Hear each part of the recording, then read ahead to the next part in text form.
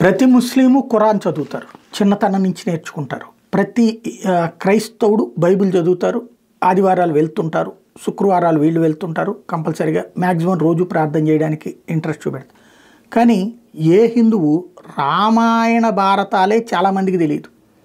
అందులో అక్కడొక ముక్క ఏ సినిమాల్లో బెట్ల వల్ల తెలుసుకున్నటువంటి దాన్ని వీళ్ళు కొంత ఆపాదించుకున్నటువంటిదే.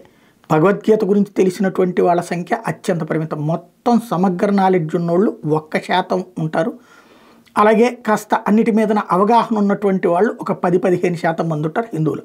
మిగతా 85-90% మంది హిందుత్వ ఆలోచన ఉన్న సమగ్రమైనటువంటి జ్ఞానం లేదు. వీళ్ళెవరూ కూడా నాకు తెలిసి మనుధర్మశాస్త్రం చదివిన హిందువుల సంఖ్య తక్కువ అనుకుంటున్నాను నేను. ఎందుకంటే అసలు మనుధర్మశాస్త్రం ఎక్కడ చూసి ఎక్కడ చదువుతున్నారు, ఎవరు చదువుతున్నారు, దాన్ని ఫాలో అయ్యేటటువంటి వాళ్ళు అన్నటువంటి పాయింట్. యాక్చువల్గా మనుధర్మశాస్త్రం చూశారో లేదో తెలియదు, కానీ మనువు చెప్పాడు కాబట్టి వీళ్ళందరూ అట్ట తయారయ్యారు అంటుంటే హిందూ ద్వేషులందరూ కూడా మనువు అంటుంటారు. ఎవరిళ్లలో మనువు ఫోటోలు పెట్టుకుని పూజలు చేయట్లేదు, రాముడు ఫోటో పెట్టుకుంటున్నారు, కృష్ణుడు ఫోటో పెట్టుకుంటున్నారు, ఇంకో లక్ష్మీదేవి ఫోటోనో లేకపోతే కనుక వినాయకుడు ఫోటోను పెట్టుకుని చేస్తున్నారు తప్పించి మనువు ఫోటో పెట్టుకుని ఎవరో పూజ చేయట్లేదు. నిజంగా అట్లా ఫాలో అయ్యేటట్టయితే అదే ఫాలో అయ్యేవాళ్ళు కదా.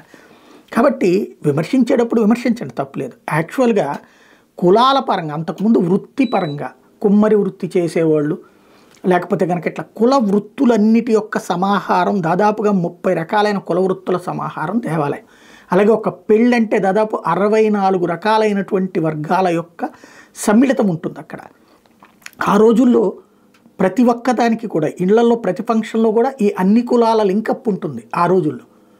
కాకపోతే సమస్యల్లో ఏంటంటే దాన్ని బ్రిటిష్ వాళ్ళు వచ్చాక తెలివిగా ఏం చేశారంటే ఏంది వాళ్ళకేంటి అట్లాంటి ప్రయారిటీ, వాళ్ళు ఇచ్చేసే పని, వాళ్ళు ఆ పని, ఆ కులపోళ్ళు ఈ కులపోళ్ళు అన్నటువంటిది తీసుకొచ్చింది బ్రిటిష్ వాళ్ళు. ఒకసారి మనం నిజంగా ఏదో పని చేసిన వాడిని గురించి మాట్లాడడం మానేసి మనలో మనం వేరేగా తిట్టుకునేటటువంటి ఒక చక్కటి తెలివైనటువంటి ఎత్తుగడేసుకొచ్చాడు వాడు. బ్రిటిషోడు రాకపోతే, బ్రిటిషోడు కనుక ఈ సిస్టమ్ పెట్టకపోతే 1871 సంవత్సరంలో 160 దళిత కులాలకి సంబంధించినటువంటిది వంశపారంపర్య క్రిమినల్ తెగలుగా పేర్కొన్నది ఎవడు?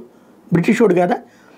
6 కోట్ల మంది అంటే దాదాపు 30% మంది హిందువుల్ని నేరస్తులుగా చూపించి మిగతా సమాజం నుంచి దూరం చేసి వాళ్ళు అసలు ఇంకా మిగతా సమాజంతో కలవకుండా చేసినోడు వాడు కదా.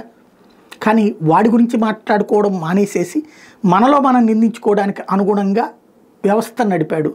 దానికి అనుగుణంగానే మన పుస్తకాలు రాయబడ్డాయి, దానికి అనుగుణంగానే మనం ఈవేళ వరకు చరిత్రను చదువుకుంటున్నాం.